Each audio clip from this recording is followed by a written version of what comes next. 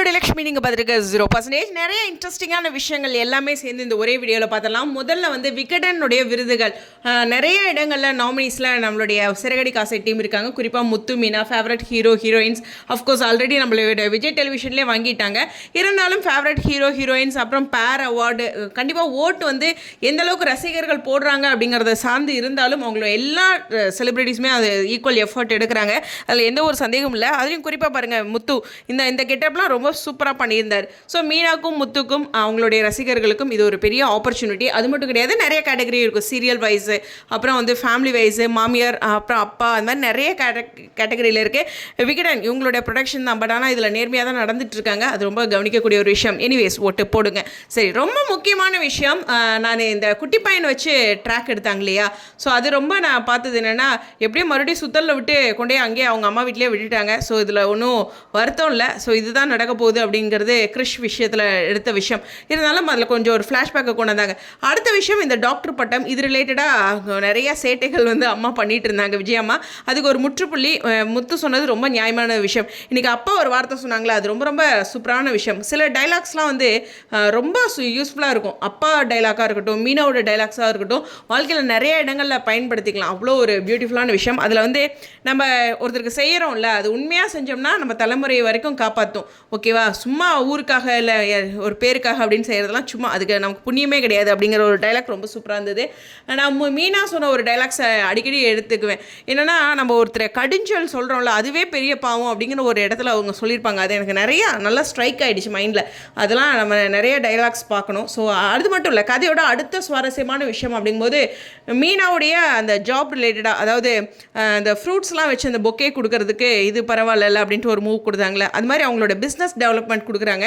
அதே மாதிரியே முத்துவும் வந்து அவங்களுடைய தொழிலில் அந்த டெய்லியும் சவாரி ஸ்கூல் ஸ்டூடெண்ட்ஸை கூட்டிகிட்டு போகிறது அப்படிங்கிற மாதிரி.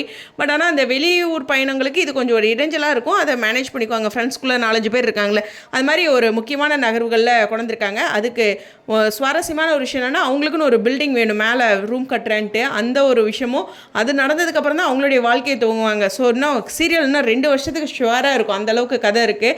ஸோ அது ரொம்ப ரொம்ப முக்கியமான விஷயம். அது மட்டும் இல்லை, நம்மளுடைய மனோஜ் உண்மையுமே இன்றைக்கி உளுந்தடிச்சிட்டு நானே சிரித்தேன்.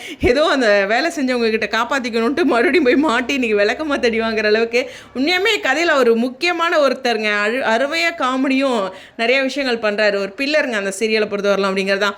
அஃப்கோர்ஸ் இந்த இப்போதைக்கு வந்து ரோகிணி மாட்ட மாட்டாங்க. அவங்கள சார்ந்து இன்னும் கதை நகர்வுகள் இருக்குது. இப்படியே சுத்தல் விட்டு இப்போ கிறிஷ் விஷயமே பாருங்கள், என்னமோ பண்ணி மறுபடியும் அவங்க பாட்டிக்கிட்ட தானே போன மாதிரி வந்தது.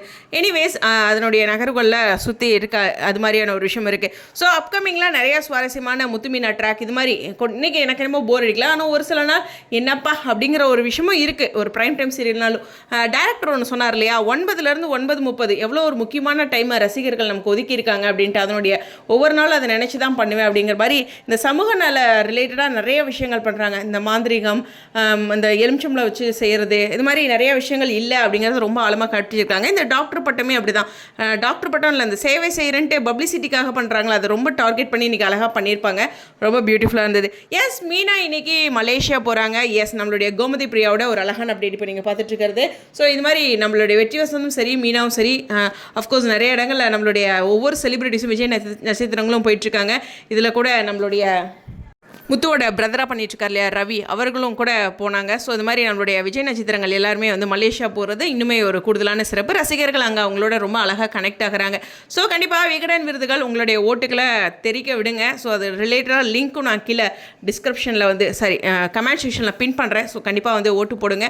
உங்களுக்கு பிடிச்ச செலிபிரிட்டிஸ்க்கு நீங்கள் அங்கீகாரம் கொடுங்க. கண்டிப்பாக சிறகடி காசை ஒரு கணிசமான ஓட்டுகளையும் சில விருதுகளையும் பெறும் அப்படிங்கிறது, பெரும்பான்மையான விருதுகளுமே பெறதுக்கு வாய்ப்புகள் இருக்குது. ஏன்னா அவங்களுக்கு ஒரு ஹியூஜ் ஃபேன்ஸ் இருக்காங்க அப்படிங்கிற ஒரு விஷயம் தான். நான் விக்காவுக்கு மட்டும் சப்போர்ட் பண்ணல. என்னை பொறுத்தவரைக்கும் விருதுகள் அவங்களுடைய திறமைகளுக்கு சேர்ந்த போனால் சந்தோஷம் தான். உங்களுடைய கருத்துக்கள் ஸ்டேடியம்.